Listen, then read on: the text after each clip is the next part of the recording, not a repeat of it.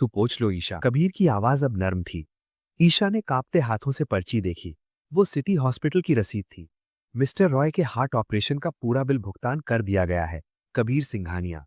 Time stamp बता रहा था कि ये बिल 2 घंटे पहले ही भरा जा चुका था। ईशा हैरान होकर कबीर को देखने लगी। तुमने ये पहले ही कर दिया? कबीर हल्का सा मुस्कुराया। ईशा, मेरी लड़ाई तुम्हारे घमंड से थी, तुम्हारे पिता से नहीं। वो मेरे लिए पिता समान है। जैसे ही मुझे पता चला, मैंने डॉक्टर से बात कर ली थी। ऑपरेशन शुरू हो चुका है और वो खतरे से बाहर है। ईशा को विश्वास नहीं हो रहा था। जिस इंसान को उसने इतना जलील किया, उसी ने उसके पिता की जान बचाई। वो फूट फूट कर रोने लगी। लेकिन इस बार ये आंसू खुशी और पछतावे के थे। वो आगे बढ़ी और कबीर को गले लगा लिया। Thank you Kabir, thank you so much. मैं तुम्हारी गुनहगार हूँ। मुझे नहीं पता मैं इस कर्ज को कैसे चुकाऊंगी। कबीर ने उसे खुद से अलग किया और पास की टेबल से वो अग्रीमेंट उठाया जिस पर ईशा ने साइन किए थे।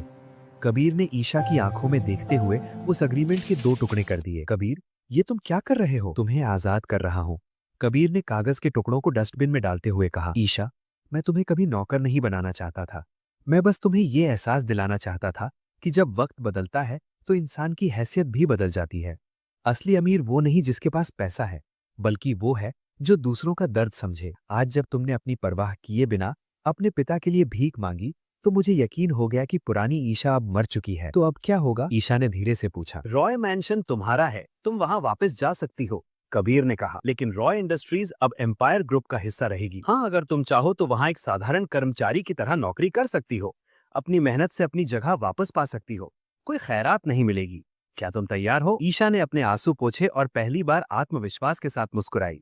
मैं तैयार हूँ कबीर। मैं जीरो से शुरू करूंगी। मैं साबित करके दिखाऊंगी कि मैं मिस्टर रॉय की बेटी हूँ, सिर्फ एक बिगड़ी हुई शहजादी नहीं। 1 साल बाद एम्पायर ग्रुप के ऑफिस में सब कुछ बहुत व्यस्त था।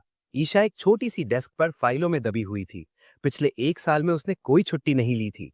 उसने जूनियर मैनेजर के तौर पर अपनी काबिलियत साबित की थी। तभी ऑफिस में हलचल हुई। कबीर राउंड पर आया था। सबकी नजरें उस पर थीं। वो ईशा की डेस्क के पास रुका। मिस ईशा, ये प्रेजेंटेशन बहुत अच्छी थी। गुड वर्क, कबीर ने प्रोफेशनल तरीके से कहा।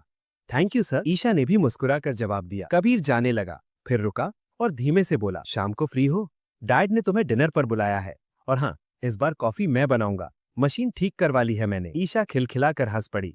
ठीक है, लेकिन अगर कॉफी खराब हुई तो मैं पीऊंगी नहीं। कबीर मुस्कुराता हुआ आगे बढ़ गया। ईशा उसे जाते हुए देखती रही। अब उनके बीच कोई एग्रीमेंट नहीं था, कोई मजबूरी नहीं थी।